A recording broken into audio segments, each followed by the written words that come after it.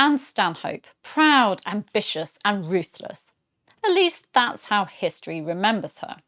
But was she really the arrogant, power-hungry woman described by her enemies, or has she been unfairly vilified? Today we'll uncover the truth about Anne Stanhope, Duchess of Somerset, the woman who once held more power than any other woman in England.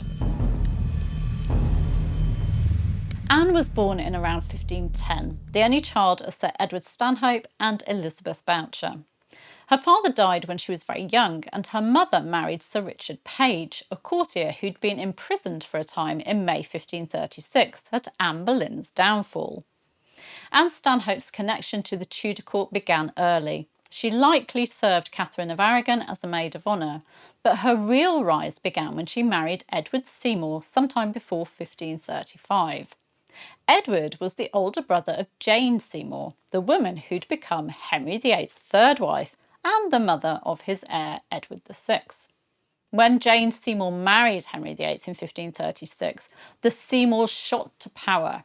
Edward became Viscount Beauchamp, then Earl of Hertford, and later Duke of Somerset when his nephew came to the throne in 1547. As his wife, Anne became Duchess of Somerset, the highest ranking woman in England after the Queen, except there wasn't a Queen, but there was a Dowager Queen.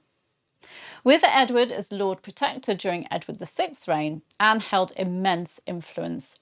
She controlled vast lands, received more books dedicated to her than any other woman of her time, and acted as a powerful patron of religious reformers. But with power came enemies, and Anne made plenty. One of the most notorious stories about Anne is her bitter rivalry with Katherine Parr, Henry VIII's widow, the Dowager Queen. After Henry's death, Catherine married Thomas Seymour, Anne's brother-in-law. Anne reportedly refused to acknowledge Catherine's precedence as Dowager Queen, refusing to carry her train and allegedly jostling for position at court. Some even claim she was so aggressive that Catherine nicknamed her That Hell. But was Anne really the villain in the story? In reality, many nobles disapproved of Catherine's quick remarriage. Even Mary Tudor was outraged.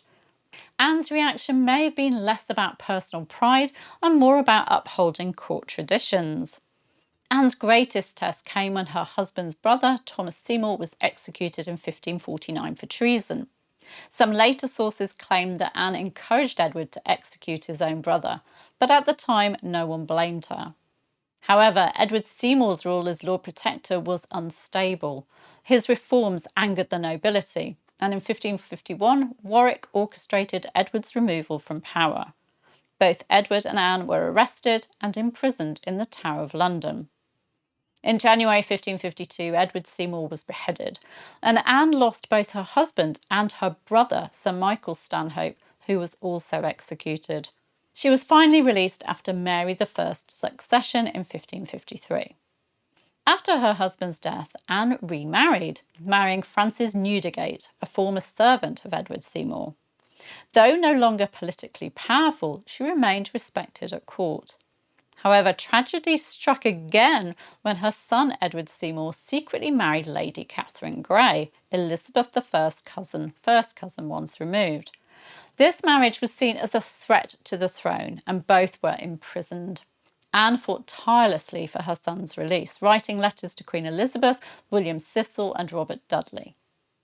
Anne lived out her final years at Hanworth Palace and died on April 16, 1587, at around 77 years old. She was buried in Westminster Abbey, where her impressive tomb remains today. Anne Seymour has been portrayed as proud, arrogant and cruel, but was she truly? She was a devoted wife and mother, providing for her children even after her husband's downfall.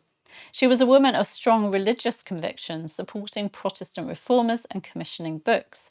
She was politically astute and fiercely protective of her family's power, traits that in men would have been praised.